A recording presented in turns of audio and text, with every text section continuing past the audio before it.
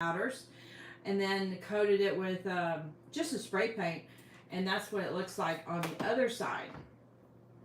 So I did it large scale for the live. So we've got the 12-inch version versus the little 4-inch version. And these acrylic rounds are supplied by Artist Till Death. I shouldn't say supplied by, but it is going. It's just not going on my iPad. Bummer, because I need to see chat. Don't worry. Okay. You'll read the chat for me? Chat's appearing there. It is appearing. Okay, cool. Not a lot of people, but that's okay. That's all right. All right. So what I did is I got some silicone molds. I have some round ones, and started working on applying. Ah, there it goes. I did a couple of the steps, so that way when I poured a coat of resin down, it would be nice and cured that I could pop out of the mold so you can see both the first step and the last step. So here is, oh, hey Janice and Jerry and BB.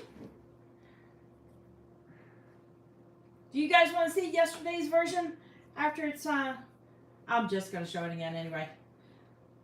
So that's the big guy. Hey Evelyn. So I'm real happy with that. I think if I were going to do this for an art piece, I would probably take a little bit more time to get rid of the loose mica powders, because there was a lot on the big one, but not as much on the little one. I got carried away. Let's just say it. Anyway, okay. Can you put me? Actually, we'll just hand it to me and let's put it on the overhead. I gotcha. Thank you. It's awesome having somebody to help me out here. Is it in screen enough, or do we need to zoom it in? What do you need? I need it a little bit more. This You may move around. Okay. Okay. Now it is, like, this is the back of the camera. Okay, so You we want got it the that whole way? table? Yeah. Or just zoom in a little bit? We're good. We're good? Okay.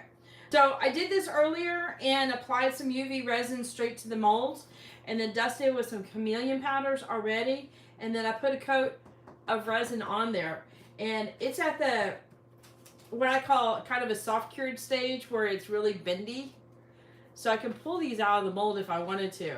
In fact, I'm thinking about doing it, but not showing you guys. So hopefully you won't get too miffed at me. But that way I can do what I need to do here. And because I might have screwed up on one of these, and I'll talk to you about, see if I can talk you through it right now. But I didn't have this tray underneath it to support it, and so when I did the UV resin on this and then cured it and it got hard, when I went to pick up the mold and move it to another location, part of it started to lift up a bit and separate from the mold. It was like, uh-oh, I didn't think about that. So I slid, fortunately I had it on parchment paper, and I just kind of slid the whole sheet onto a tray so I can move it up as a unit. So that's why I want to pop these out early. In fact, I can pop out this little heart thing here, and I can give you a sneak peek of the heart. How about that? Let's see if it'll let me. Oh, yes. So that's what the heart looks like there. And it's all flat. So there's no little grooves at all on that. I'm going to lay this down so it's nice and flat, and I'll get that shape back. With these guys here, I'm going to take a peek, but I'm not going to show you until I'm done with these guys. So, yes, it's going to be a little torturous. You'll be okay. I promise. This mold I got off of... Yes, I peeked. I won't peek at the next one, though. I'll be good. I got them off of Etsy. It's a lady, I believe, over... Ooh, she's definitely maybe in England or something like that, and she does a lot of the Dury molds also that have insets. So I'll have to look up her link, and I can put it down in the description. But they're really nice. They're really super thick molds, and so far they've been really nice and clean. So I like that about that. Yeah, I think that is her. I think that is her. Evelyn had put in the chat, it was pouring your heart out. But I think her Etsy, not Etsy, eBay store has a different name on there. Oh, she is from Australia? Okay.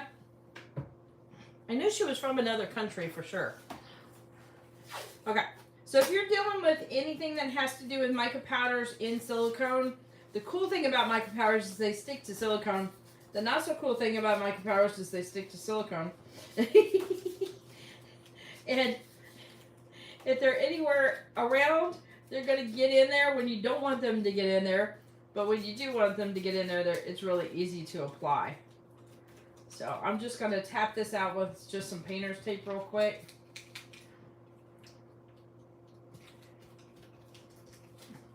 And I'm going to be showing you two different mica powders, Chameleon mica powders. One of them is the Too Faced. I want to call it a glittery kind of Chameleon. It's very, very fine. And then the other one is a foil. And so that way you can see the difference. And one of these is done with the glitter, and one of them is done with a foil, or it could be vice versa. So you'll get to see when I flip it over. Okay. So on here, I'm going to just do some simple designs. But I've got a UV resin here that I got from Amazon, and it works out really good. Oh, Evelyn, I didn't need to know she has a dragon. I'm just kidding. Actually, it's already in the cabinet there. So it is the same lady for sure. Of course I'm going to get the dragon. All right. So this one, I'm just going to do some big drops because that's kind of the whole point of the technique, is it gives that three-dimensional type of a look. So I'm going to do some random, or try to do some random drops.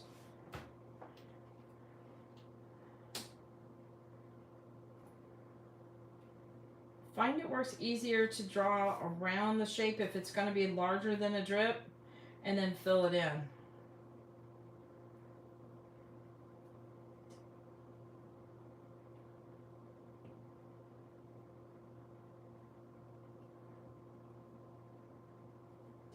Warning guys, this is really, it's fun and it's very addictive. Very.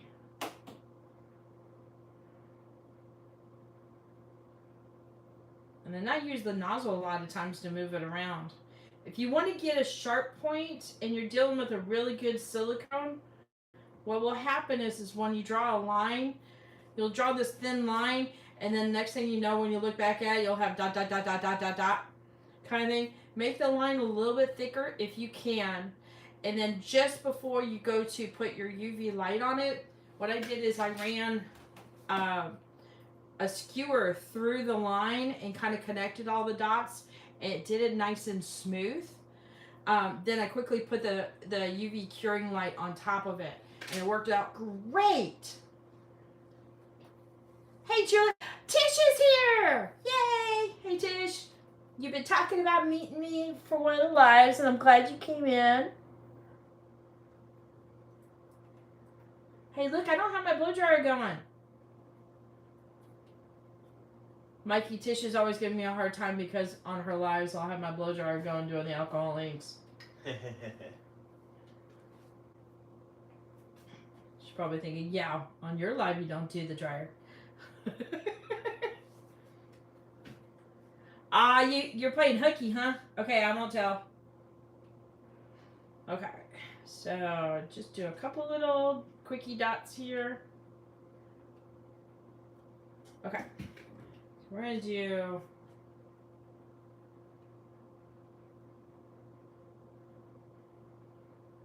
a big swirl if I can. It's hard doing a steady line and squeezing at the same time. Oops. Alright, let's make that work and just do a dot. Okay. I don't know if you can see this, but I'm going to bring in. Boink. Okay. See, there's a space where it broke. That's what I was talking about. I got you guys upside down. Okay. But it didn't connect the line up. So what I can do is I can use the skewer to kind of connect the line up and clean it up a bit. As far as the brand of UV resin, let's see. Yeah, it's not in English, but I can put that link in the description too. It's one I got off of Amazon and it works out really well. So use the skewer, connect the dots, clean up my lines a little bit. Okay, we're just gonna make that a big old circle.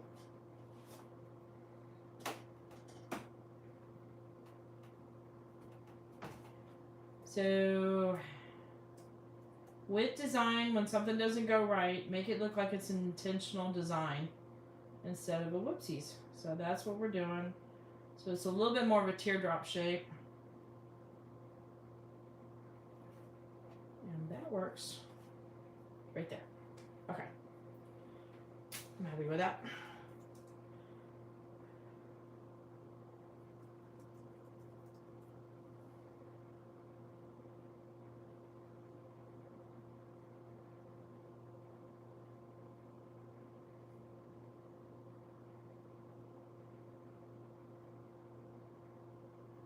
So I've got a LED curing light that they use for pedicures to work on this UV resin, and it works out great because it's got a wide base to it.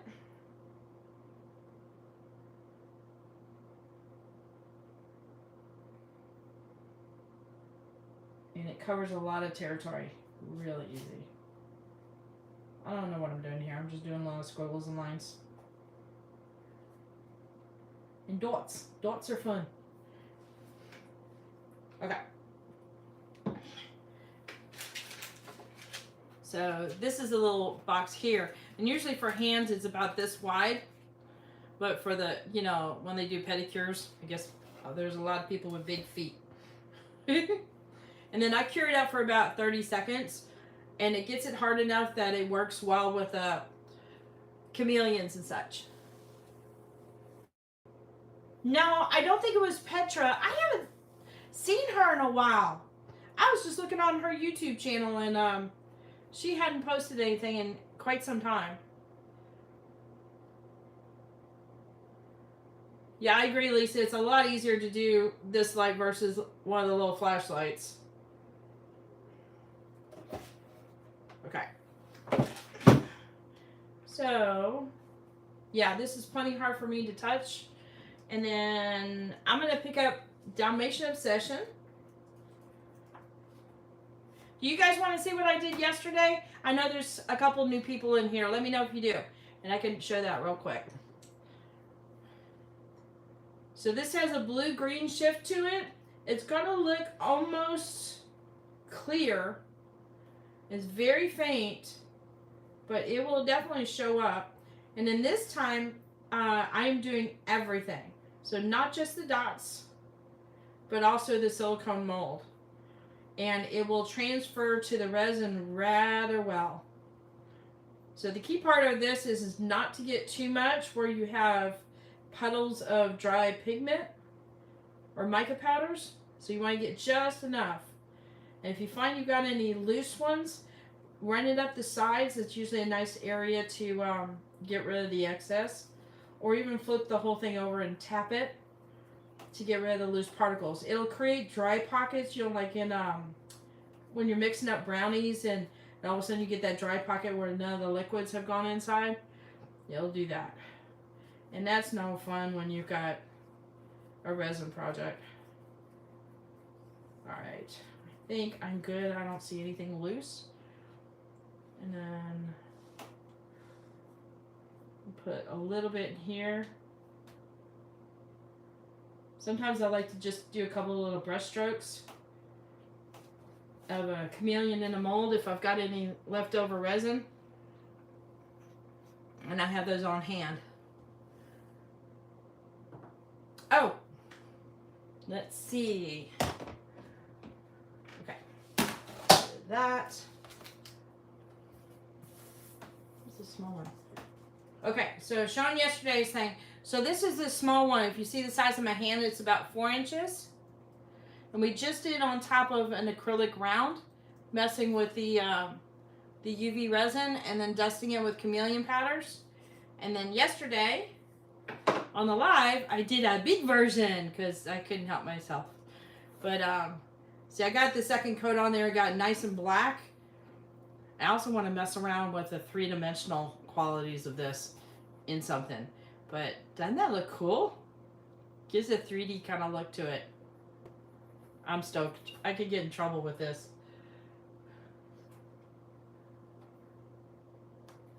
I did, what was it? 6 ounces. I mixed up 6 ounces and I had about 3 ounces left over when I poured into 2 molds. So I'm only going to pour about 4 ounces this time. Okay, so this is a chameleon flake. You can see the particles are much bigger. Let me show you the other one up close. So this is almost like a dusting powder and the other one's a flake. And you'll see the difference of the wow, I want to call it the wow factor.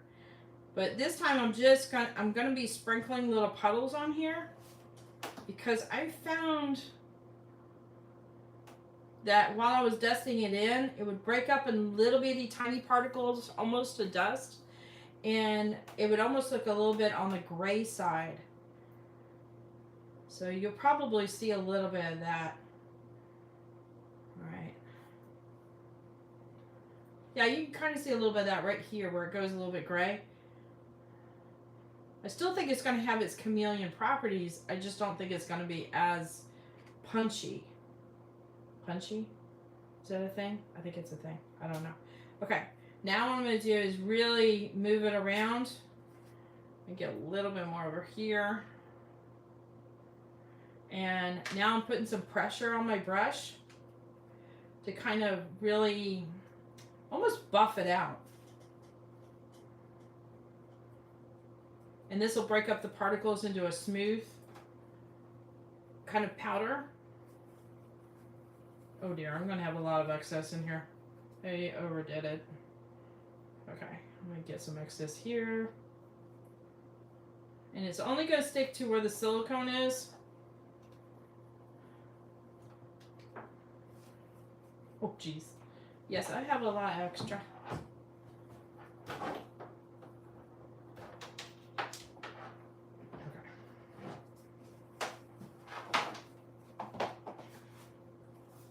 Oh dear. I put too much in.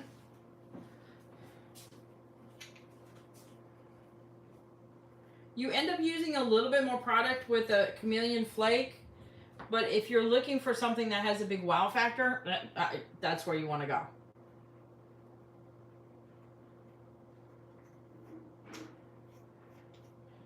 Okay, I hate to do this. Well, maybe I could fold it in half and it will go, oh geez. Can you see how it's sputtering up in the air?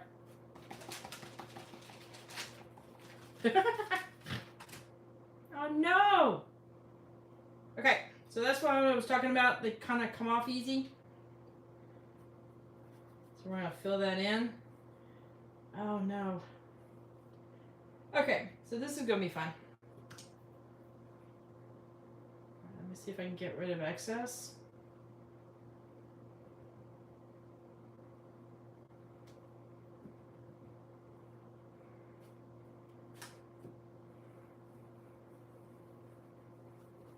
So like gold foil, or you know, any of the metallic foils, makes a huge mess.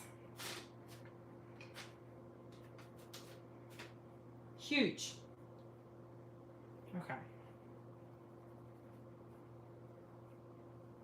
Getting it everywhere. Now I'm just burnishing it down just so it doesn't go everywhere so much. Alright, get off my hands. God, made a mess. Okay, so what's interesting is this guy popped up when I bent it over. It's right here. So it's going to have a void, but a little bit of the flake right there. Okay, you see how it's all flat and burnished?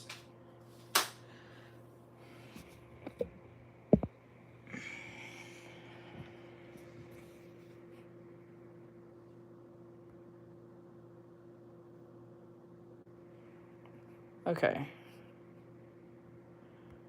What's going on? Did the camera go out? No.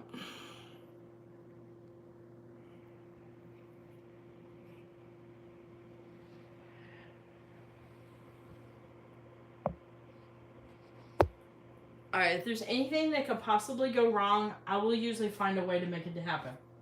Just saying. Because, you know, that's me. I'm a mess. Okay. So I'm going to mix up some resin right now and put these guys to the side.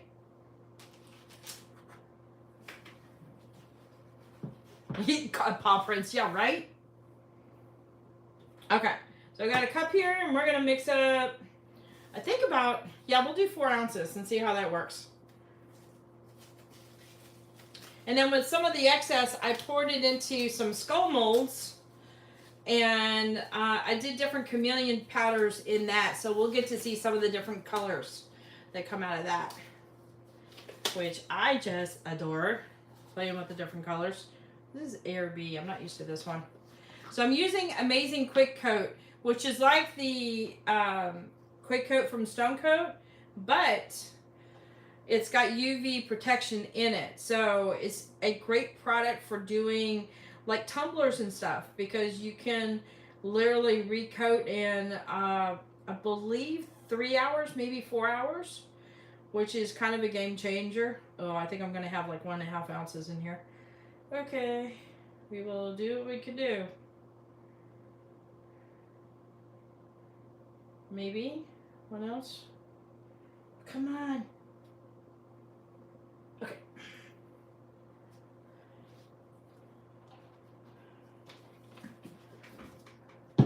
We are going to get another package.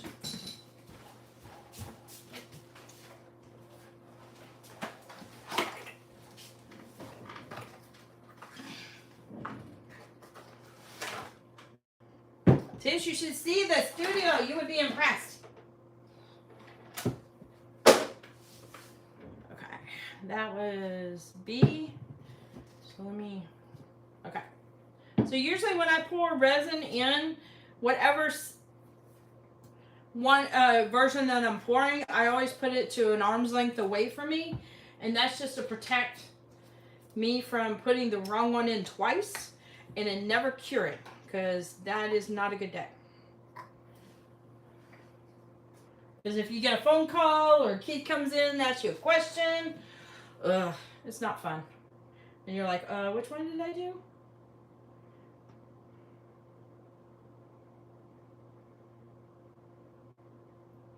And I'm just using an Alumilite dye to tint it up. Alright, I'm going to add those together. Yeah, well, I do have another kitty cat in the studio currently, and that's Smog. However, she's not as rambunctious as Boy Cat over at ATD. So she just kind of chills out with us. And we gave her a couple little cubby holes to kind of encourage the chilling out. And if it doesn't work, we'll do something else. Now I would have had this mixed up ahead of time, but since it's quick coat, that's not a good idea. Okay, and then I've got Alumilite dye, and this is just the black opaque dye. So that's on standby so I can mix it up. I was about to add it before I mixed it. I'm a hot mess today.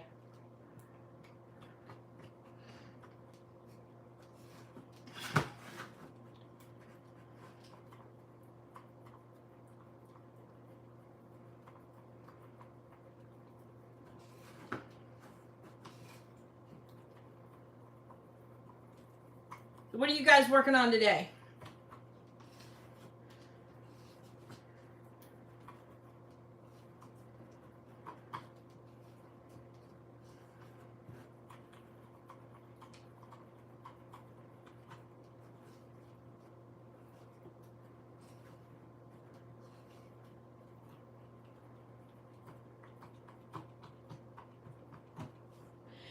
does it have to be a high temperature resin to start with? I don't believe it does. Let's see. What does this one say?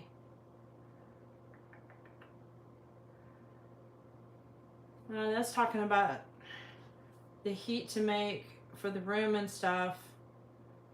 Uh-oh. I have to look. I don't know what temperature this can handle as far as... Are you talking about hot things going on? The coasters? I'm assuming you are. I don't know. Normally, I would go ahead and put in the stone coat resin anyway because of the scratch resistance, the temperature, and the long working time. But I honestly, I do not know. I'd rather tell you I don't know than to give you wrong information on that. All right. It's just about done here. I know it's exciting watching resin mix. Not.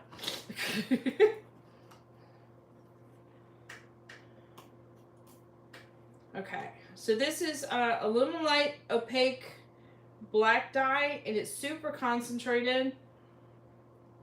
So that will probably be enough.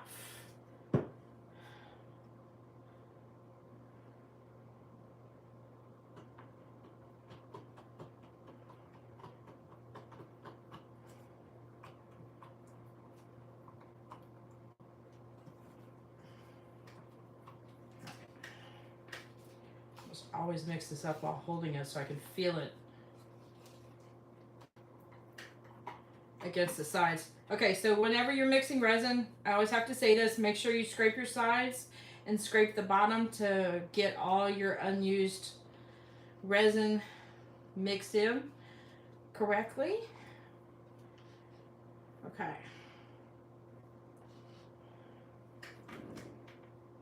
Leave that there for now. Actually, no, I need that. Okay, so I'm just going to do about equal amount for now, and then add more as I see what's in the cup.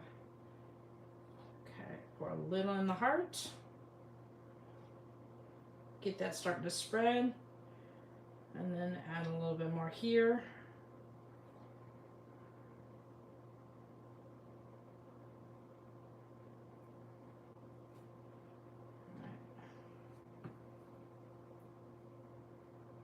Looks like it covered up really well.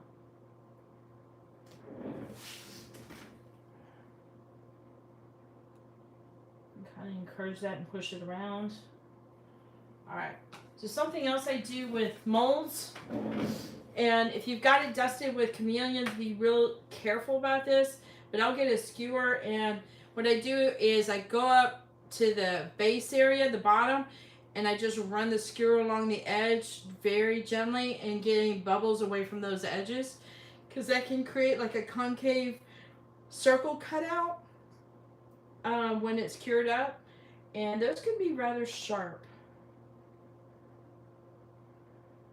So I'm just barely have any pressure, but it's just enough to move the bubble out of the corner.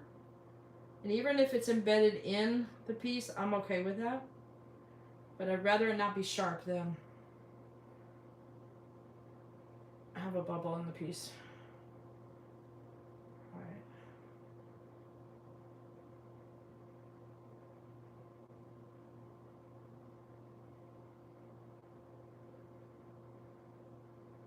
I did a bunch of coasters when I first started working with resin. And so many of them had those little bubbles in there, in the corners. And one of them actually got me, so that's when I started being really anal about doing that. Just in the areas where you think somebody's going to rub their hands. Okay.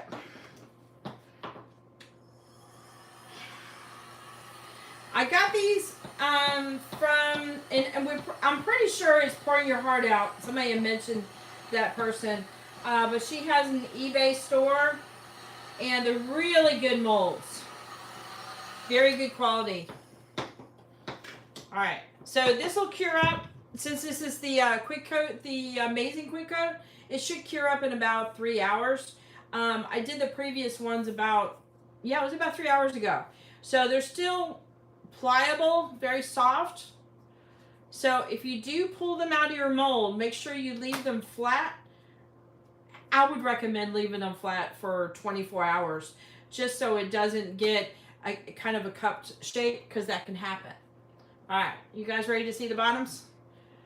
So these are the ones, oh, man, got stuff on them. Great. Okay, so these are the ones I did earlier.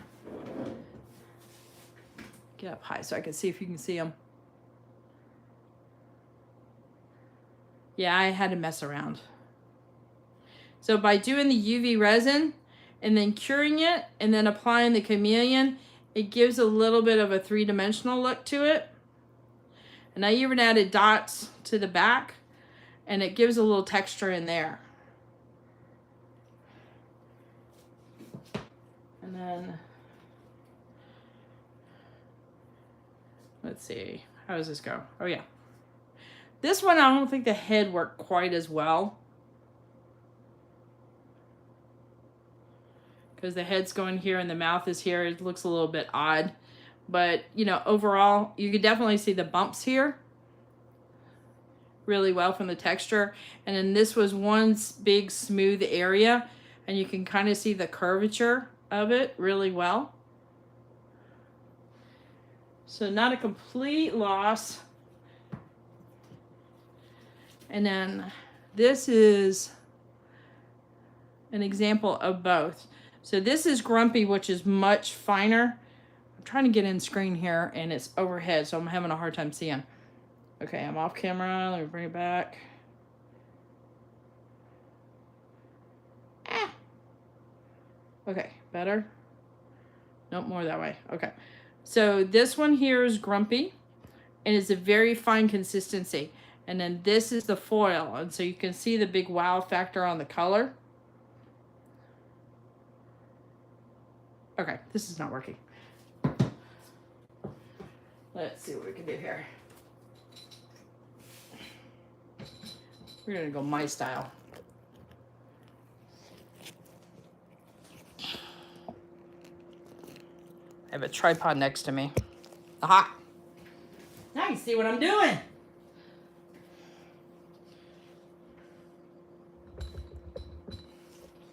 Okay, there we go.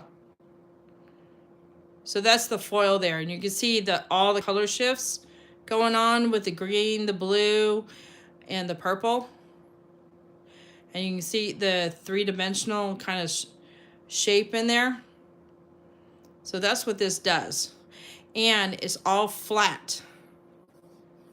So I would recommend putting this under the UV light probably for another minute, just to make sure that this gets nice and hard. But you don't have to do that until this is fully cured. Or throw them out in the, not throw them out in the sun, put them out in the sun. That'll do the same thing too. And then this is Grumpy. So you can see the difference between the two chameleons. So this is a little bit, not as intense of a color, but still nice. This is my favorite one, to be honest with you. All right, you guys want to see me unmold my little skulls here? These are tricky, but they could be fun. Hey, Mikey, I don't know if you got me on the live. Come on up here. See if he wants to do one too. Okay, so I believe this is Dalmatian Obsession, which is a blue-green shift.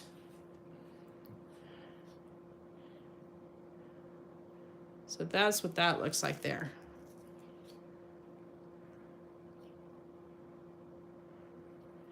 Okay.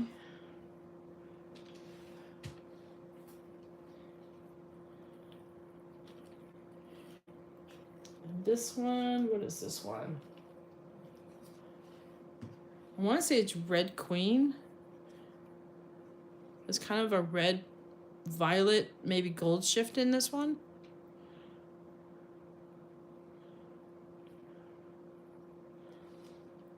Let's see.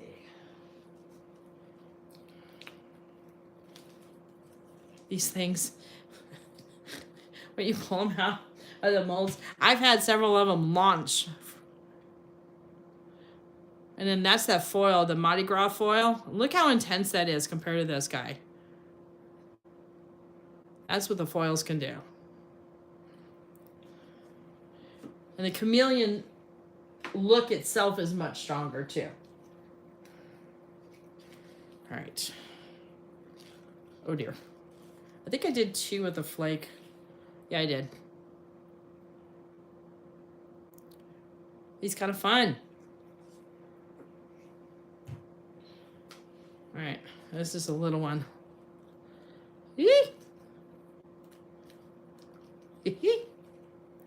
And this one is grumpy. He looks kind of grumpy too. Is it even in focus? I don't even know. I've got this like big old warning sign over the camera, which has nothing to do with focus. Okay. Alrighty. That is it for today. Whoops. I need to hit these with the heat gun a little bit more.